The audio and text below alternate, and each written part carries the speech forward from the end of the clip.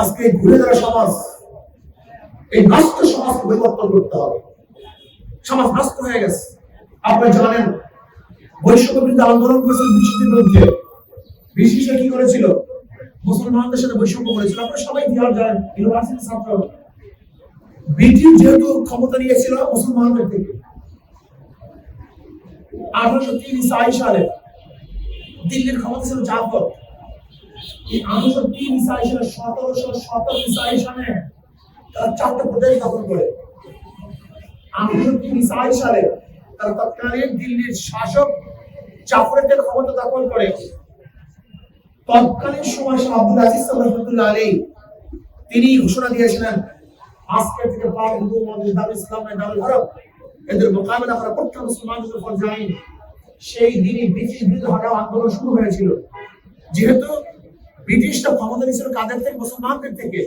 এই জন্য ওরা আলটিমেটলি মুসলমানদের শত্রু মনে করছে। রাজেন্দ্র বাবু, শেখ বাবু, উর্মিচাঁদ, করমচাঁদ, এদের খবর আপনারা জানেন। এরা সবচেয়ে বেশি হিন্দুদেরকে সহায়তা করেছিল। মুসলমানদের বিরুদ্ধে তারা ষড়যন্ত্র করে ব্রিটিশদের কাছে ক্ষমতা শুরু দিয়েছিল। অথচ ব্রিটিশদের সংখ্যা ছিল খুবই কম সংখ্যক।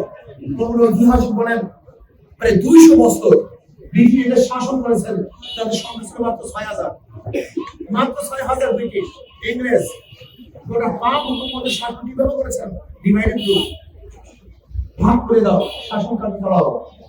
যেহেতু ক্ষমতা নিয়েছিল মুসলমানদের থেকে, এই আলটিমেটলি ব্রিটিশরা খ্রিস্টানরা মুসলমানদের শত্রু ভাবে করেছে। বন্ধুত্ব কারা করছে? কি সর্ব লাগে নাকি? বন্ধুত্ব কারা করছে? শেখ বাবু, উর্মিচাঁদ, করমচাঁদ, রাজেন্দ্র বাবু। এই হিন্দুদের সাথে হাত করে মুসলমানদের উপর এমন করে নির্যাতন হয়েছে, মুসলমান নির্যাতন সহ্য করে নাই। দিল্লির মধ্যে 1000 মাদ্রাসাকে ভুলুন্ডি করেছে। এই বাংলার মধ্যে 80,000 মাদ্রাসাকে ধ্বংস করেছে। 80,000 আলেমকে হত্যা করেছে, শহীদ করেছে।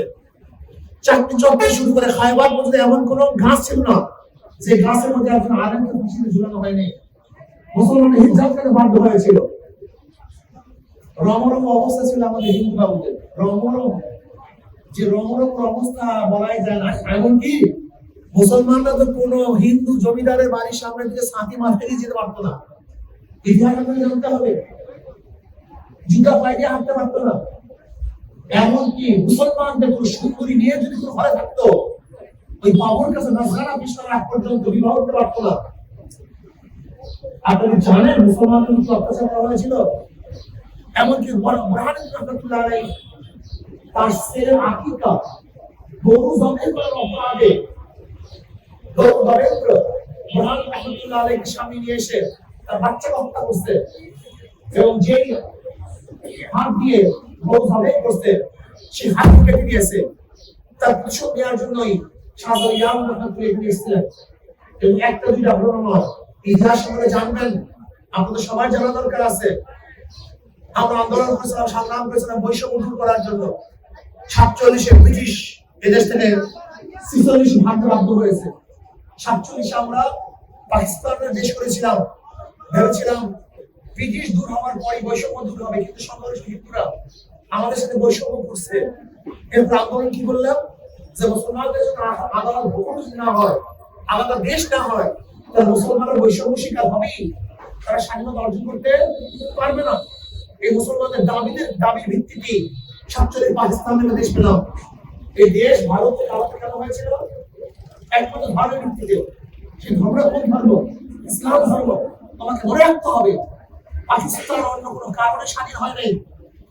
ভৌগোলিক কারণে নয়, রীতির কারণে নয়, ভাষার কারণে নয়। ওদের ভাষা আমাদের ভাষা সম্পূর্ণ ভিন্ন।